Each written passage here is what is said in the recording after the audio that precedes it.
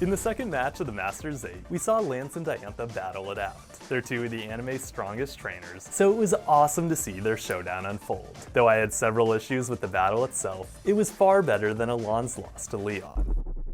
The battle featured 6 Pokemon, with Lance using Dragonite, Gyarados, and Hydreigon, opposite Diantha's Aurorus, Gourgeist, and Gardevoir. The first matchup was between Dragonite and Aurorus. Aurorus reduced Hyper Beam's intensity by activating Light Screen and did major damage with Blizzard, but the barriers were useless against Body Press. Since Light Screen only reduced special damage, Diantha compensated for physical attacks by ordering the Pokemon to use Reflect. Reflect helped against a second Body Press, but Rock Throw failed to overcome Twister. Like a pawn in chess, I interpreted Aurorus' loss to the Windy Blow as a sacrifice so as to ensure later victory. Not only did it weaken Lance's ace, but it also left behind barriers for defense. Thanks to the Psychic Shields, Gourgeist shrugged off Gyarados' Aqua Tail and had no issue using Trick or Treat. The Ghastly move was a stroke of genius, as its turning of Gyarados into a Ghost type made the Pokemon weak to Shadow Sneak. Gyarados fought back with Dragon Pulse, but Light Screen reduced its damage. To finish things up, Gourgeist dodged Ice Fang and landed Phantom Force. Though the attack beat Gyarados, the Titan did major damage before falling. It surprised me that Gyarados lost, as the battle between Ash and Paul suggested that it had replaced Dragonite as Lance's ace. It was also shocking, because Gyarados displayed none of the power it showed against Leon's Charizard.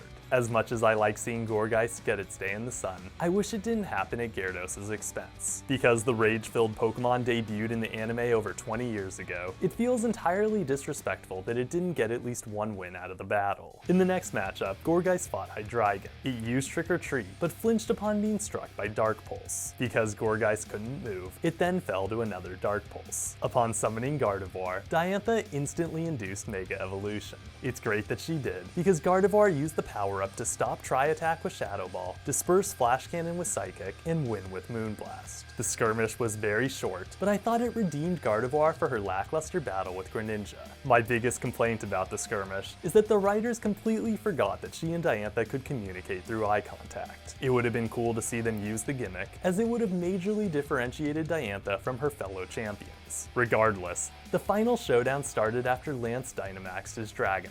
To exhaust the Dragon's giant upgrade, Mega Gardevoir overcame Max Hailstorm with Moonblast, tanked Max Strike, and blocked Max Wormwind with Shadow Ball. Dragonite then tried to win with Hyper Beam, but Mega Gardevoir jumped upward, seized on the recharge period, and triumphed with Moonblast. Overall, I thought the battle did a great job of showing why Diantha deserved to be in the Masters 8. She proved herself as a calculated battler who was fully capable of holding her own.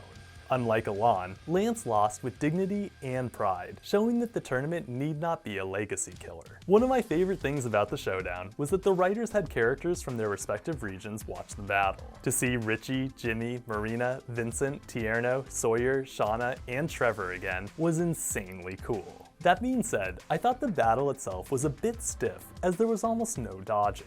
Another issue is that I honestly wish it never took place. I would have much rather seen Iris battle Lance, as it would have been cool to see her beat him and become a Dragon Master. On Diantha's end, I think it would have been cool to see her lose to Alon, as that would have made him a champion, just like Ash. On that note, class is adjourned. My name's Professor Silver. Until next time, catch you later.